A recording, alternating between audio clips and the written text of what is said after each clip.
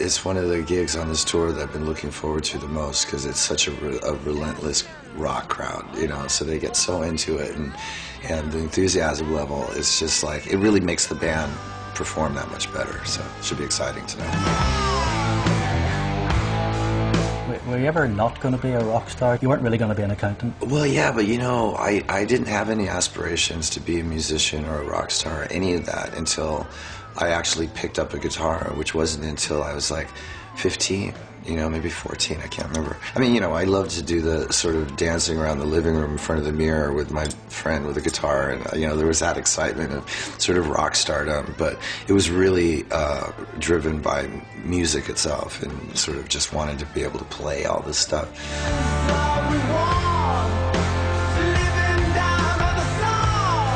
You know, up until I was started playing guitar, I was racing BMX and I was a hellraiser, and my mom was really pleased when I picked up the guitar because she thought it would mellow me out. Little did she know that I was going to end up in Guns N' Roses and be that much more of a... You know.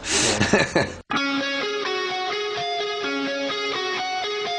People probably find it strange to think that you've actually been out of Guns N' Roses longer than you were in Guns N' Roses. Yeah, right. And you know, it's what, 15 years almost since? It's, yeah, almost 15, yeah. There was a lot of media hype at the time about the sort of animosity with Axl. Was that all just media hype?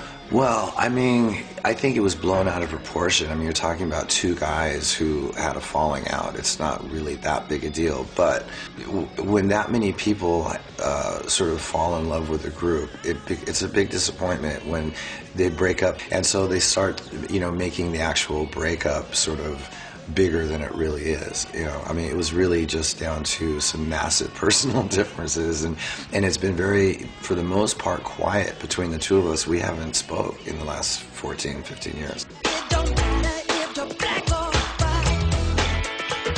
The connection that you had with Michael Jackson, you know, it seemed quite a bond, and you worked quite a few times with Michael Jackson. Obviously, it's just a year since he passed away.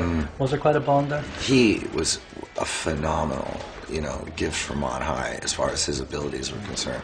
And I was really honored that he thought whatever it was that I was doing was good enough to be something we could put together, you know. But he was a really, you know, great guy and insanely gifted performer, songwriter, you know.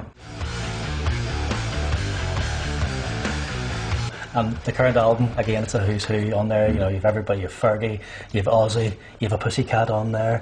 You know, some great people you're working with. Fergie's one of those people that I never in a million years, based on Black Eyed Peas, would have thought I would ever had any kind of a pairing with. It turned out that she was an aspiring rock singer that in order to really get anywhere in this business, she ended up going the pop way, which she's great at, but she has amazing rock chops. What's it been like working with Ozzy? It was great working with Ozzy. When we were working on that song, we were in the studio in his house.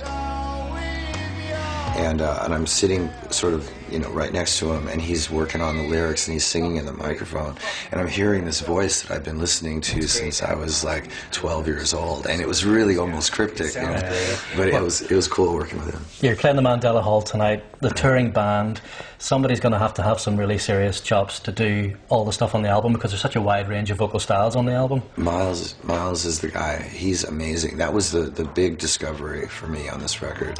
He handles all the material on the record that he didn't sing. Well, you know, the bulk of it that we do on the show anyway. And Guns N' Roses stuff I haven't played since I was in Guns N' Roses, and Velvet Revolver and Snake Pit.